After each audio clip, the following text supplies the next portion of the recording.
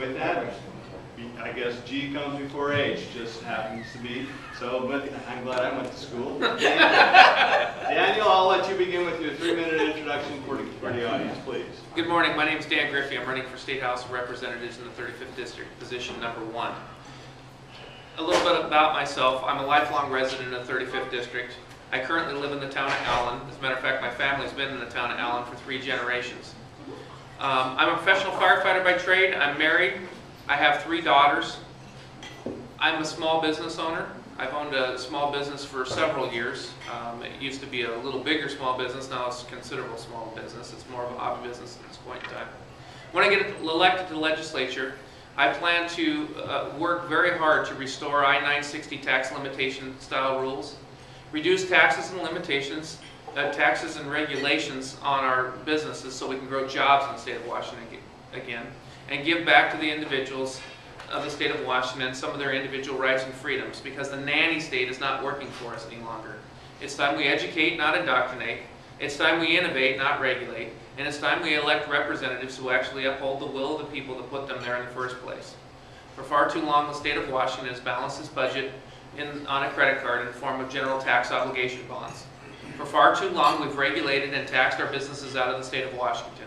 And far too long, the state of Washington has taken away the citizens' individual rights and freedoms. If you want more rights, more freedoms, more say in your government, I urge you to vote Dan Griffey for State House of Representatives in the 35th District. Thank you so much. Right. Thank you, Dan. And Kathy. I'm Kathy Haige. Good morning. Thank you for having this forum. It's always a challenge this early in the morning to get my brain working. Okay. So I am a veterinarian who's been in practice in Shelton for 32 years. I was a horse-crazy kid who went through 4-H and grew up on a farm in northern Ohio, but had the great advantage of parents who were very supportive, as well as an education system that allowed me to be able to become a veterinarian. I moved to the Northwest because of the beautiful area that is here, the people that are here. We actually traveled all up and down the West Coast. My husband and I said no place in Ohio or Indiana, and the Northwest has been a great place for us. We've raised our 2 kids here, put them through the public education system, and my older son just graduated from vet school this spring. Worked with us this summer. He now is over in Australia for 6 months in an internship. But the public education system had some struggles with it. The main reason I decided to get involved in public service was I put my kids in public education in kindergarten, and I wasn't very happy with things. And I'm the kind of person that if I don't think things are going right, I get involved. It wasn't like I wanted to complain and somebody else had to solve the problem. I decided I was going to have to get involved. So I ended up being on the school board for Southside School for 12 years. And in that capacity, I learned a great deal about what this state has as a paramount duty in education, as well as the fact that funding for education was really struggling, as well as the fact that there's a lot of change going on. We really started to measure our kids and try to say, are we being successful or not? And I felt that the legislature probably was going to be the key, and I ended up running for the legislature 12 years ago, and I have remained focused on public education and will stay there. When I got into the legislature, I could see that the connection between what policies were being put out there as well as the funding were not connected up. And so I've worked very hard to reorganize the way we do business in the legislature around policies and funding, that they're connected and you don't send out a lot of unfunded mandates. It's been done for a long time in a different way, and I've really tried to do that for our public schools. I've also really looked at the policies that help school teachers do a better job, administrators do a better job, and I've really become very aware that early childhood education makes all the difference for the rest of the students' lives. And so I've really worked hard to make sure that we have funding and are improving the quality of the teaching in our Head Start and early education programs. We know the parents are key, helping the parents do a better job to help raise their students through the public education system. I've also been a strong supporter of full-day kindergarten and will remain committed to that. I think it makes a huge difference. Our high schools, I think, have a huge change that they need to go through because I don't think they're working for our kids right now. All right, thank you. So as we begin with the questions, we usually like to start our candidates with a soft warm-up question so they get an idea of how a 1-minute questions, so it sometimes can be kind of tight. So with that, we're going to start with Kathy. And the question is, with your busy life, do you really want this job? Good question. When I first ran for office, I remember waking up at 4:30 in the morning going, oh my God, what have I done? What have I done? I really appreciate the legislative process, although it's very frustrating. Trying to bring 150 people along on any issue is very, very difficult, and our district is very diverse between the north end, Bremerton, being around a lot of federal funding for the shipyard, and the south end being around Evergreen State College. But I love the work, and I love working with people. As a veterinarian, my job was always to really work with people, identify problems, and solve those problems. And as long as I'm able to do that kind of work in the legislature, I really enjoy it. Campaigning is not something I enjoy as much. I'm not as much of a salesperson of myself.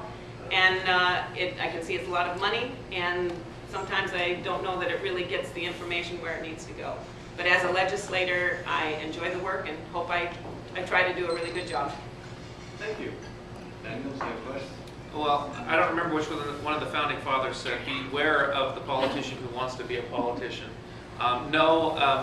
Truly, I want to serve at this point in time because I'm tired of throwing things at the TV in my frustration.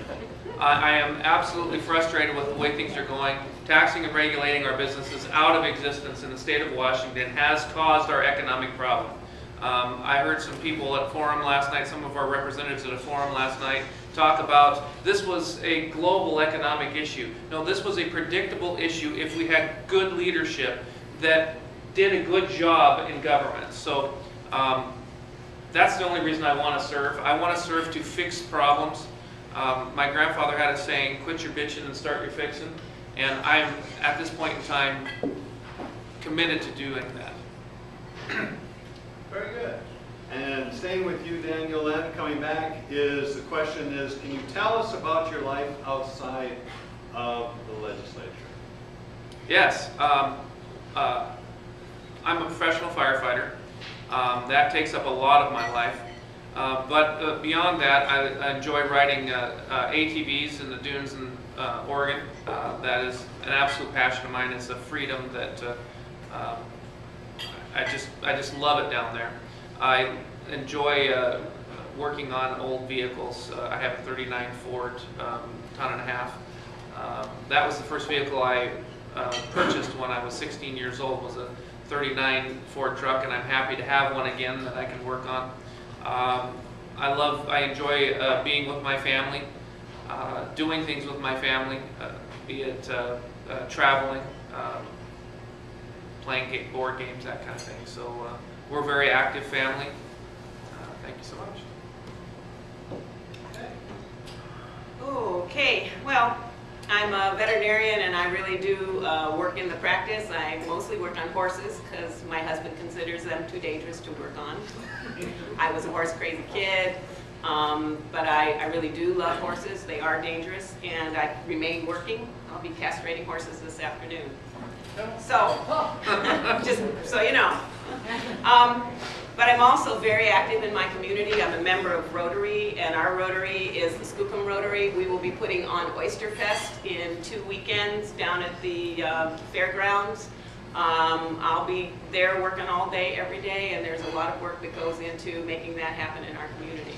I'm also a member of Chamber. I'm also a member of the Youth Services and Community Center Group. I've been president of the SOC board for 12 years, and that's kind of moving on to other things, but I stayed very active in the community. I still ride horses. I love getting into the backcountry.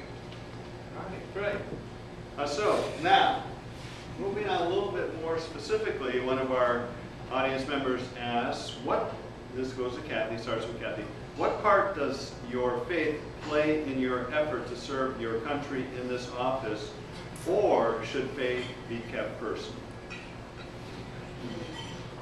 Well, Faith is very personal for me. I grew up in a small community with a little white church around the corner. It was evangelical and reformed and became the United Church of Christ. I was in the choir, and it was my social network out in the country. And I'm a Christian. I believe in Christianity, but I also grew up in a faith that was very accepting of other faiths, and I remain very accepting of other ways of believing and doing things. But I believe that our country is pretty well founded on Christianity, and to try to take Christianity out of who we are as a culture would be wrong. But I think we have to be very, very tolerant of other faiths, or those that don't believe. But I pray when I need to, and I need to often. Thank you. Daniel, same question. Well, I look at faith as a compass in one's life, and it helps me guide my life. So it is in my life in almost every aspect of it. It's in the forefront. Yeah, a big part of my life, I guess. All right. Thank you. So